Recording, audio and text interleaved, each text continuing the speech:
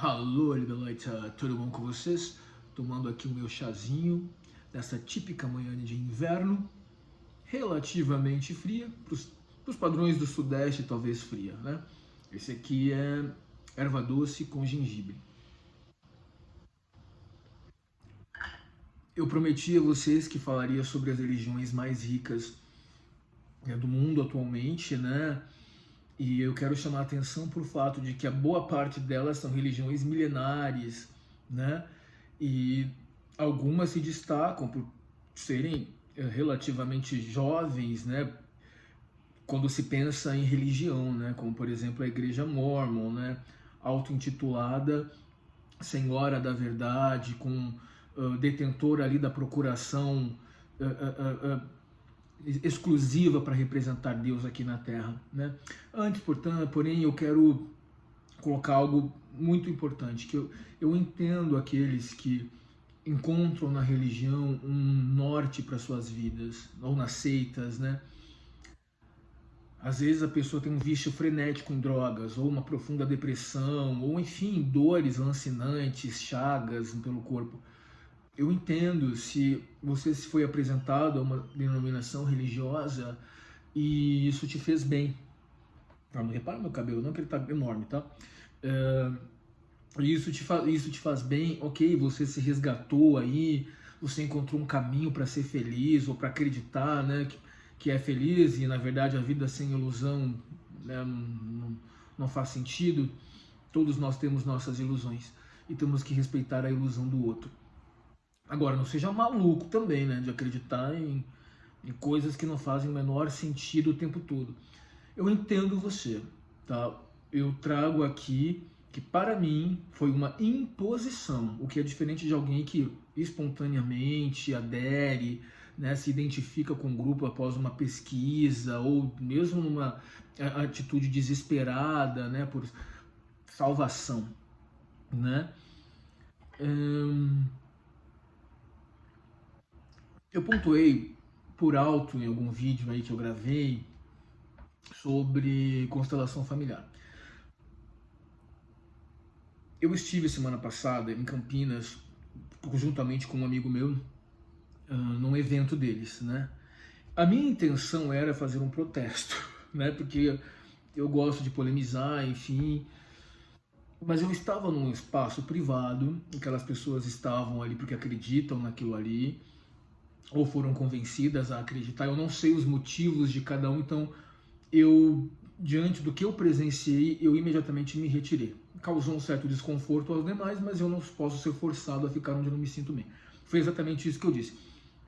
Ali na região central de Campinas, o cara é proprietário de um prédio, né? Ele é amigo de um amigo meu de infância. Aliás, me expressei mal. É amigo de infância de um amigo meu. E esse meu amigo me pediu para acompanhá-lo, eu já tinha empenhado minha palavra, fui. Mas agora já municiado aí de informações sobre isso, né? Isso é uma técnica psicoterapêutica, assim como várias outras que estão aí sem nenhuma comprovação científica, né? E elas vão crescendo porque pessoas influentes vão dando acesso, então elas conseguem um acesso no judiciário, por exemplo, como acontece com essa pseudociência, né? Assim como outras várias que são praticadas por pessoas altamente despreparadas, né? Que não têm a menor competência para explorar os labirintos da complexa e sofisticada mente humana, né? E claro, também existem pessoas muito mal intencionadas. Então, a constelação familiar é feita em grupo ou individualmente e é escolhido um tema ali para ser abordado e sempre levando a pessoa para o passado para tentar explicar as possíveis razões de certas questões, né? Então, por exemplo, isso agora está no judiciário, o Código de Processo Civil de 2015 reconhece ali alguns meios de conciliação de conflitos, como a arbitragem, a mediação, e essa terapia adentrou no judiciário, por exemplo, na vara da mulher, vara da família, vara da mulher. Então a mulher é agredida, é espancada, qual é a abordagem que é feita? Esse homem que te agrediu, ele foi criado vendo um pai, volta para o passado, vendo um pai batendo na mãe. Então muitas vezes isso culpabiliza a vítima, alivia a ação do agressor, tá? Quando na verdade isso é fruto de uma cultura machista. Se você tem um filho autista, eles dizem que é porque alguém no passado fez um aborto. E por aí vai, tá? Eu fiquei muito incomodado quando eu estive lá. Eu fiquei, acho que no máximo 20 minutos. E eu falei para meu amigo, olha, me desculpa, mas eu não vou conseguir ficar aqui, cara. E haveria depois um almoço na casa do líder lá desse grupo, que é seita também, né?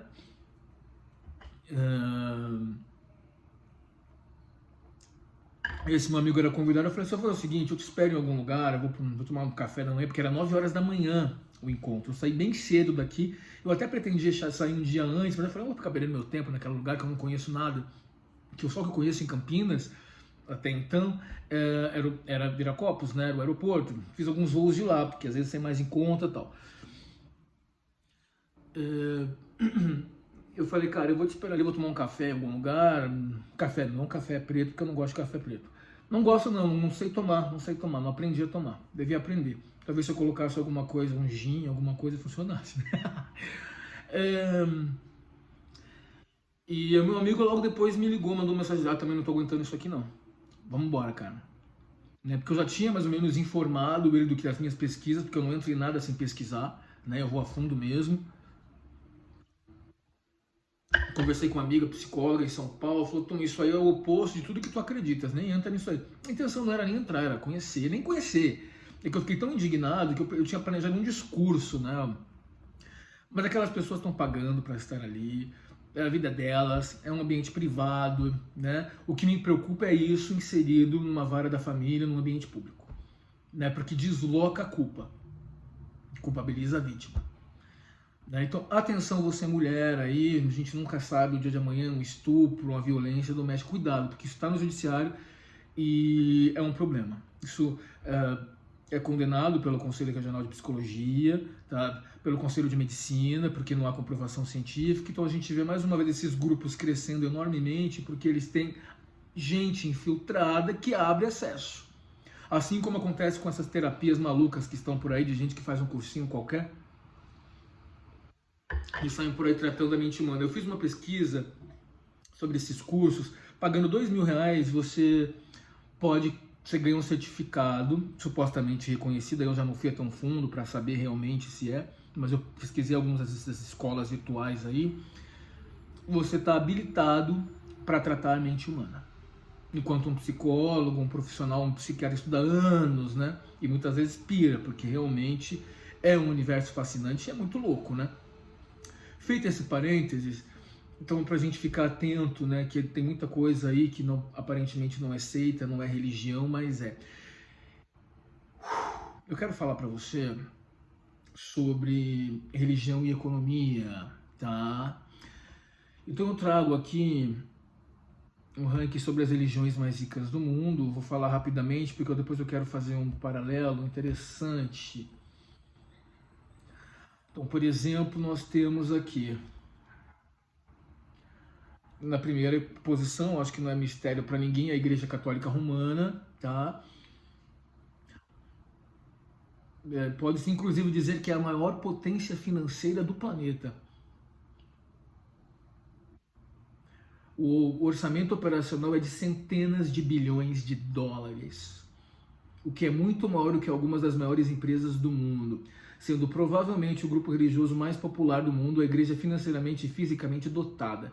Não é realmente surpreendente que a igreja tenha chegado ao topo das religiões mais ricas do mundo. Isso se deve ao fato de ser a seita religiosa mais populosa do planeta. São, acho que 2 bilhões de pessoas, né? A riqueza da igreja está em sua história, de peças de arte inestimáveis a imóveis turísticos de primeira linha. A religião conseguiu obter uma renda consistente que atraiu bilhões de membros. A Igreja Católica possui algumas das maiores obras de arte já feitas na história mundial. Também possui vários depósitos de ouro e bilhões de dólares em ativos. A igreja também obtém uma receita significativa do setor de turismo, já que o Vaticano é considerado uma cidade-estado independente. Por outro lado, tem baixo custo de pessoal. Como são 10 religiões aqui, eu acho que vai demorar um pouco. Eu vou apenas até o ponto que nos interessa, que é em que lugar se encontra a Igreja de Jesus Cristo dos Santos dos Últimos Dias. Eu deixo o link embaixo e vocês examinam, tá? Porque eu quero passar um outro texto, ok? Porque aqui a gente mata a cobra e mostra o pau. Figurativamente, tá? Figurativamente, até porque seria um gesto de violência com a cobra e um gesto um tanto obsceno, não, inoportuno, né? Se eu ficasse aqui mostrando o falo. Então vamos lá, né? Vai de encontro aqui ao nosso propósito. O falo. O dízimo é incentivado, jura?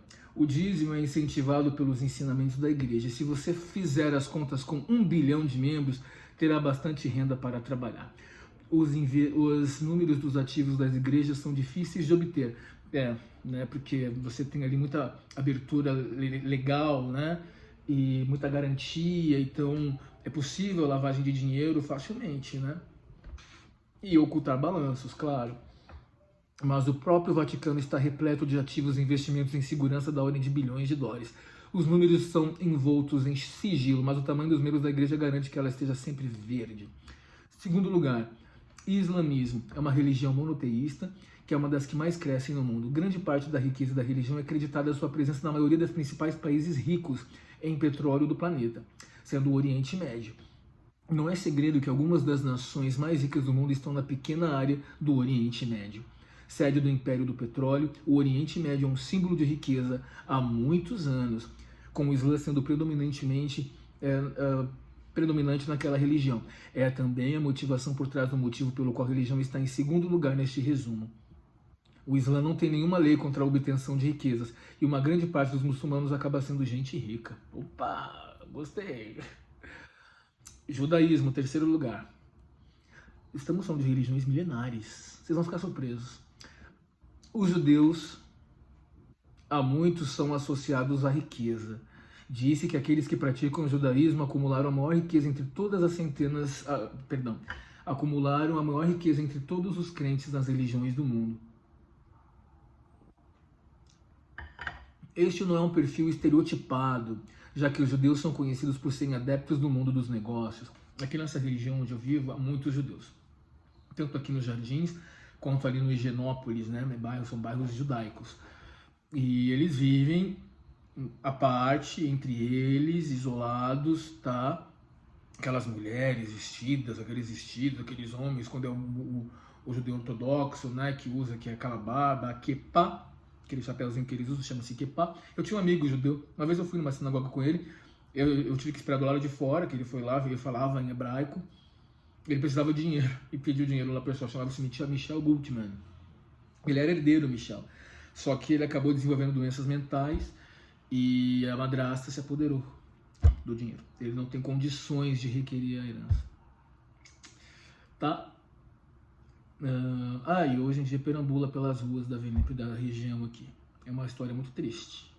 E uma pessoa incorruptível. Ele não se presta para ter uma noite de sono numa casa confortável, ele não se vende, ele não se presta a certas coisas que as pessoas de modo geral, e eu faria, porque eu preciso ter um lugar para ficar, né?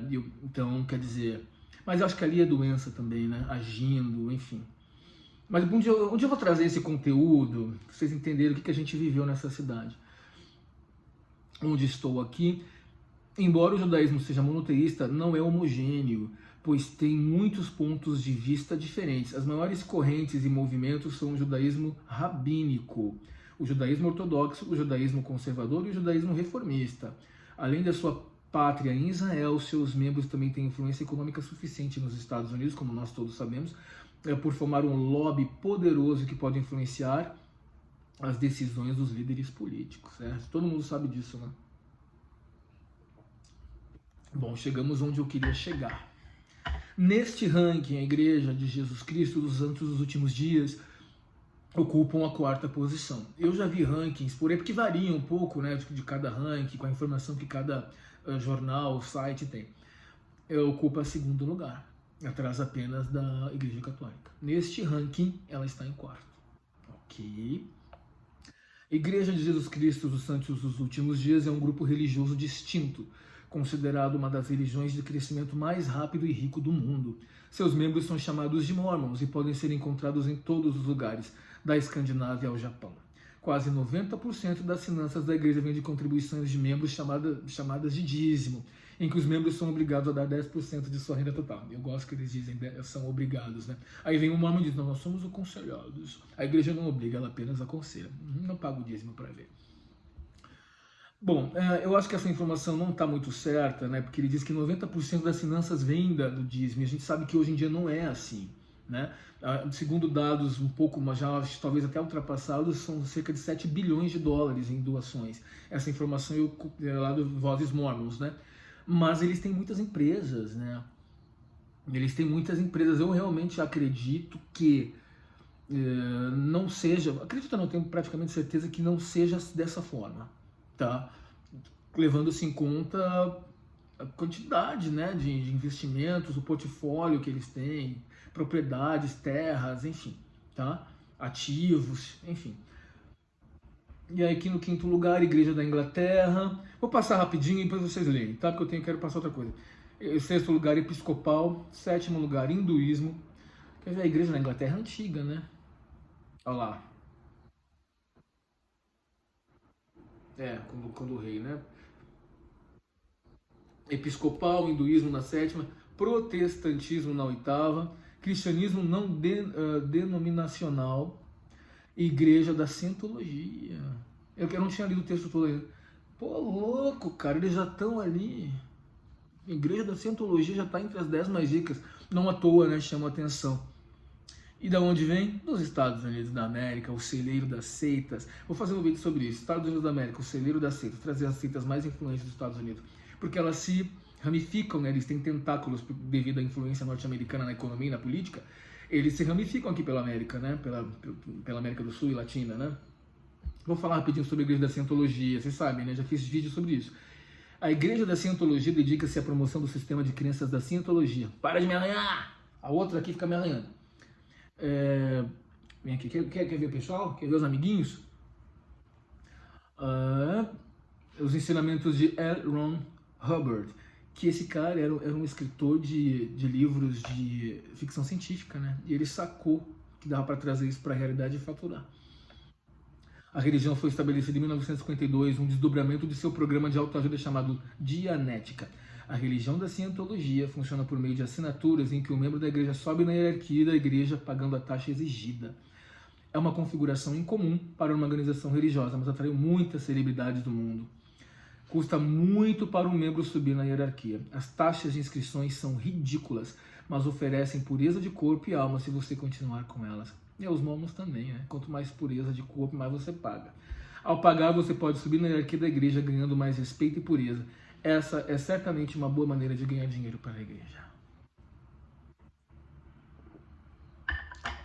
Ok? Um dado que eu quero trazer, 18 minutos? Tá, dá para fazer. A relação né, de países mais religiosos serem os mais pobres e os menos religiosos mais ricos.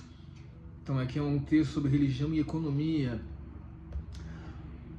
Aqui ele traz que o século passado, né, o século XX, tivemos ali como a hegemonia dos Estados Unidos da América, que é um país altamente religioso, muito rico, e até porque essa ascensão deles é recente também, temos que levar isso em consideração, né? Essa ascensão como expoente econômico no mundo vem do pós-guerra, pós-segunda guerra mundial, em que eles financiam ali armamento, enfim.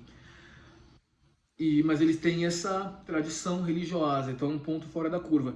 Mas agora muito tem se falado, o doutor José Eustáquio Diniz Alves, doutor em demografia e professor titular do mestrado e doutorado em população, território e estatísticas públicas da Escola Nacional de Ciências Estatísticas. Ele diz que o século atual será dominado por um país ateu, a China. Ai, a gente não sabe o que é pior, né? Aí ele traz aqui um gráfico que vocês podem ler depois com calma. Rezar diariamente não faz bem para a economia. Fé demais parece que é um empecilho ao desenvolvimento econômico, ao bem-estar e à qualidade de vida. Isso é uma conclusão que se pode tirar do gráfico acima, que você não tem como eu trazer para vocês aqui agora, feita por uma pesquisa, enfim. Em todos os países que possuem renda per capita superior a 30 mil dólares, no Brasil a renda per capita, salvo engano, é de 9 a 12 mil, salvo engano meu, tá? É baixíssimo. Chazinho gostoso, né? Uma delícia. Em todos os países que possuem renda per capita superior a 30 mil em poder de paridade de compra, há menos de 50% da população rezando diariamente. E em todos os países onde mais de 50% da população reza diariamente, a renda per capita é menor do que 30 mil, com exceção dos Estados Unidos, que aí realmente foge à regra, mas é a exceção que confirma. Os EUA permanecem sendo um país fortemente religioso e o mais devoto entre todas as ricas democracias ocidentais. Como se diz, os Estados Unidos são um ponto fora da curva. Uma exceção que confirma a regra. Não, eu falei isso agora. Nem tinha lido o texto ainda. Por exemplo, mais da metade dos adultos americanos, 55%, diz rezar diariamente, em comparação com 25% no Canadá, 18% na Austrália, país riquíssimo, né? E 6% na Grã-Bretanha. Na verdade, quando se trata de seus hábitos de oração, os americanos se parecem mais com pessoas em muitos países pobres, incluindo África do Sul, com 52%, Bangladesh, 57% e Bolívia, 56%. Será que isso tem uma relação com o fato de que religião para o americano é negócio? Então isso se propaga de uma forma mais rápida e religião é uma forma de ganhar dinheiro? Pode ser, né? A China é o destaque contrário. Olha que interessante esse texto. Pois é o país menos religioso de toda a comunidade internacional. Os chineses são o povo que menos reza e são o país com maior taxa de crescimento econômico dos últimos 40 anos. A China atualmente é um país de renda média e predominantemente ateu. No futuro será um país rico e ateu. Estados Unidos e China são as duas potências econômicas que lutaram pela hegemonia e a predominância no processo de globalização e de influência internacional. Vários autores consideram que, assim como o século XX pode ser classificado como século americano, o século XXI será redefinido como século chinês. Que medo, hein? Tá certo que se forem ateus, acho que é até um pouquinho melhor. Ele cita novamente o gráfico, né? Eles dizem que o século passado foi um século de uma potência religiosa e o século atual será dominado por um país ateu e que não respeita o Estado laico. Se isso se tornar realidade, será a primeira vez na história que uma nação não religiosa assumirá a liderança econômica, científica e tecnológica dos destinos da humanidade. Como será isso, né? Pessoalmente, não gosto muito dos chineses, assim, nesse sentido, né? Ocupando essa posição. Não quero parecer xenofóbico, né? Mas, enfim, temos que contestar também essa hegemonia norte-americana, né? A gente sabe que muitos brasileiros se convertem ao mormonismo para viver o sonho americano. Eu já trouxe um dos meus primeiros vídeos, uma reportagem do Estadão que mostra que milhares de brasileiros vivem nos Estados Unidos da América vivendo o sonho americano através da seita Mormon. Certo, gente? Interessante, né? Interessantíssimo. Eu tenho outro texto para trazer sobre o aumento de templos evangélicos no Brasil e onde a igreja mormon pega carona, tá? Ela se aproxima cada vez mais desse conceito de igreja evangélica, com música, com banda, com não sei o que, né?